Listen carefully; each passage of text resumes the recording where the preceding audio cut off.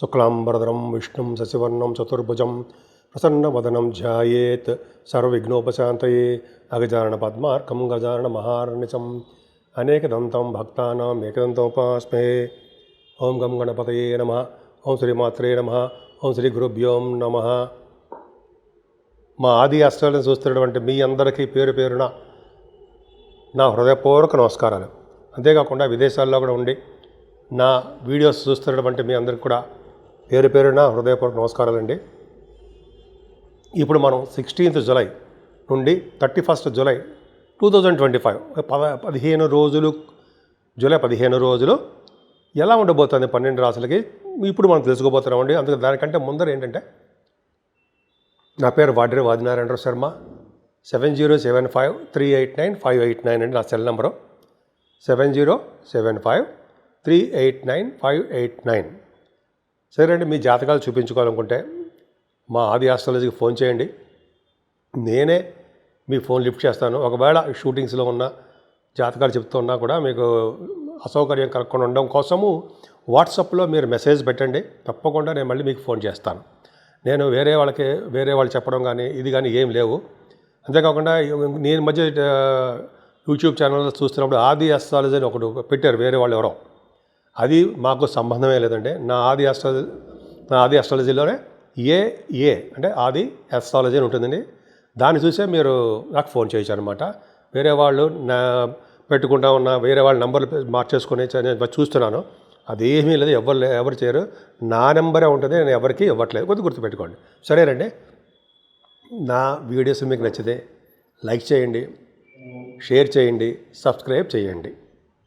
ఇప్పుడు మనం మీనరాశి వారికి ఈ 15 రోజులు కూడా చాలా కష్టపడాలండి. కష్టపడి దగ్గర సుఖపడరు.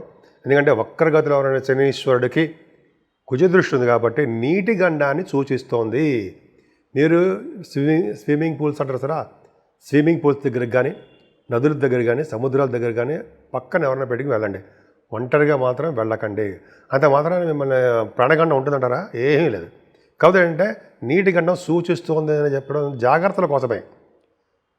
ఎందుకంటే కష్టపడి పనిచేస్తే తప్ప మీరు ఫైల్లోకి రాలేరండి, ఇబ్బంది పడతారు. కానీ ఫైనాన్షియల్గా మీకు ఇబ్బందికరంగా ఏం ఉండదు, చక్కగా బాగుంటుంది. కాకపోతే కొన్ని విషయాలు కొన్ని సందర్భాల్లో కూడా శని దృష్టి ఉండడం వల్ల ఆలస్యం అయిపోతుంటుంది డబ్బులు రావడం. అంతేకాకుండా శుక్రుడు ప్రభావం వల్ల కూడా మీరు చెల్లెళ్ళకి చాలా ఇంపార్టెన్స్ ఇస్తారు. వాళ్ళకి వస్తువులు, డ్రెస్సెస్, డబ్బులు, ఏదో బంగారమో, ఏదో వెహికల్స్ కొని ఇవ్వడానికి మాత్రం అవకాశాలు మీ చెల్లెళ్ళకి చెల్లెళ్ళ సిస్టర్స్ ఉంటుంది, మీకు ఇవ్వడానికి అవకాశం ఉంటుందండి.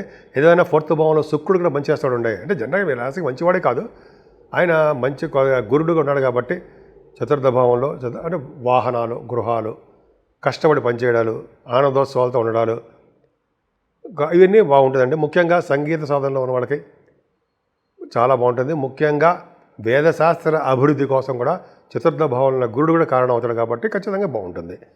ఏదైనా పంచమాస అదే రవి బుధుల వలన పుత్ర సంతాన యోగము, పుత్రిక సంతాన యోగం కలగడమే కాకుండా స్టాక్ మార్కెట్లో కూడా మీరు బాగా రాణిస్తారు. స్పెక్యులేషన్లో కూడా మీకు ఉన్నతంగా ఉంటుంది, బాగుంటుంది.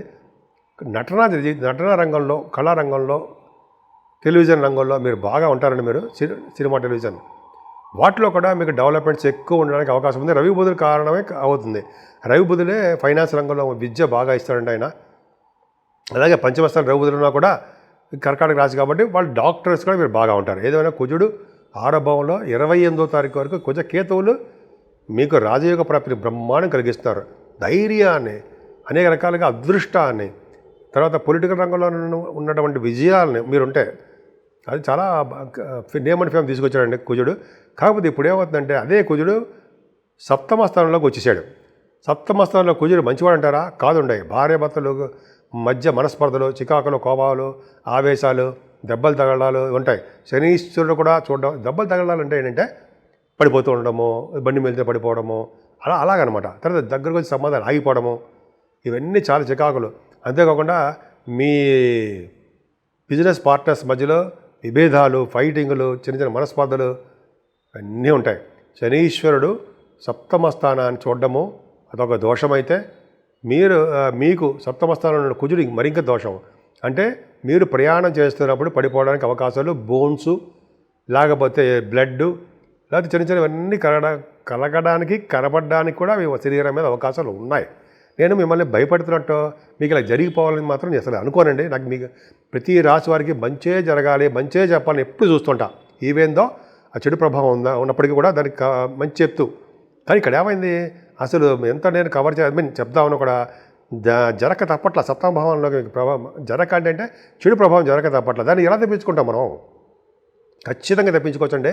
కుజుడికి సుబ్రహ్మణ్యేశ్వర స్వామిని నిరంతరం ఆరాధించే వాళ్ళకి, లేకపోతే నాగ ప్రతిష్ఠ చేసుకునే వాళ్ళకి మోపిదేవిలో, లేకపోతే మీ ఊళ్ళలోనే సుబ్రహ్మణ్య స్వామిని పాలతోటో జనరల్గా పంచామృతాలతో అభిషేకం చేయించుకోవడం, మల్లె పువ్వులతో పూజించే వారికి వాళ్ళకి సుబ్రహ్మణ్య స్వామి యొక్క కరుణా కటాక్షాలు కలిగి తీరుతాయి.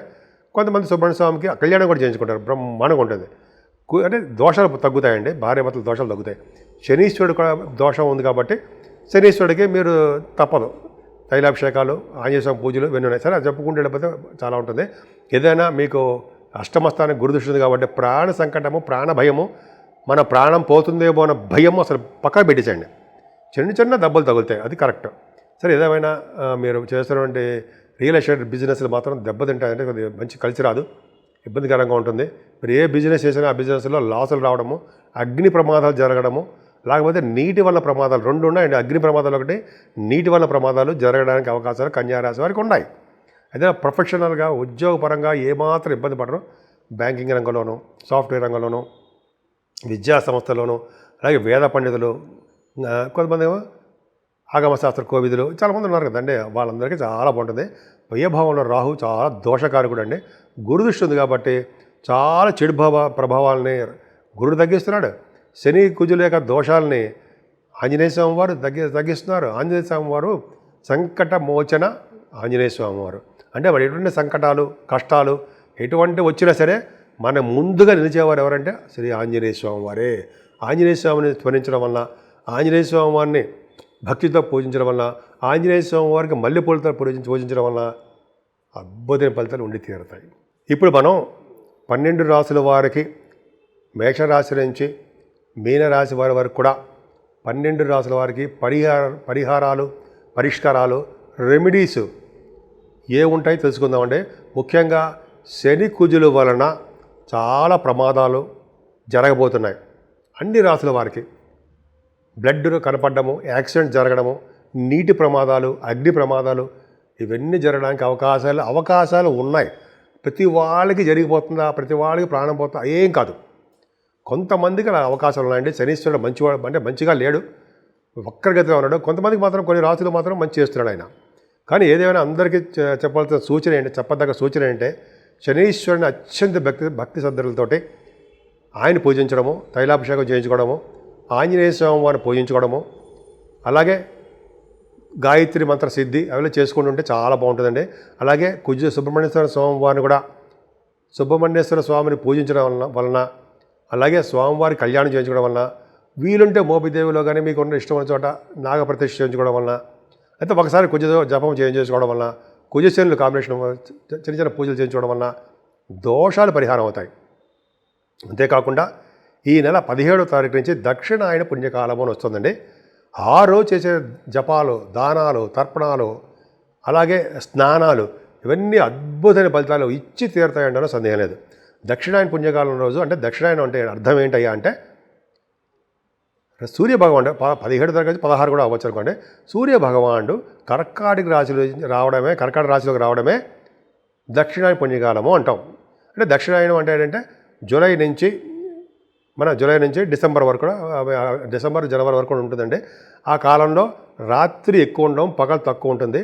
సో ఈ విధంగా మంచి మంచి శుభకార్యాలు కూడా చేయడానికి అవకాశాలు తక్కువ ఉంటాయి. ఏదేమైనా దక్షిణాయన పుణ్యకాలంలో శుభాలు జరగడానికి అవకాశం ఉంది. ఉత్తరాయణ పుణ్యకాలంలో అద్భుతంగా ఉంటుంది. దక్షిణ పుణ్యకాలం వచ్చిందంటే కొద్దిగా రాత్రిపూట ఎక్కువ ఉంటుంది అనమాట. ఏదేమైనా ఆ రోజుని చేసే పూజలు చాలా అద్భుతం అండి. అంతేకాకుండా మాస శివరాత్రి కూడా వస్తుంది 23వ తారీఖుని. 23వ తారీఖుని మాస శివరాత్రి పూట శివుడికి అభిషేకాలు చేయించుకోవడం వల్ల, అలాగే సాయంత్రం పూట ఆయనకి శివుడు అభిషేకాలు చేయించడం వల్ల, మల్లెపూలతో పూజించడం వల్ల, అలాగే 29వ తారీఖు నాగపంచమి వస్తుందండి. సుబ్రహ్మణ్య స్వామి వారికి పూజలు చేసుకోవడం వల్ల, 30వ తారీఖు సూర్య పూజ, సూర్యభగవాన్ ఆరాధించడం వల్ల, అంటే మీకు ఏ విధంగా పూజలు చేసుకుంటే ఆ విధంగా మనస్ఫూర్తిగా, ప్రేమగా, మనస్ఫూర్తిగా, డెడికేటెడ్గా పూజలు చేసుకోవడం వలన, మీకు ఇష్టమైన దేవుని పూజించడం వలన, అమ్మవారిని పూజించడం వలన, నిత్య సంతోషం అమ్మవారిని పూజించడం వలన కూడా మీకు మంచి జరగడానికి ఎక్కువ అవకాశాలు ఉన్నాయి.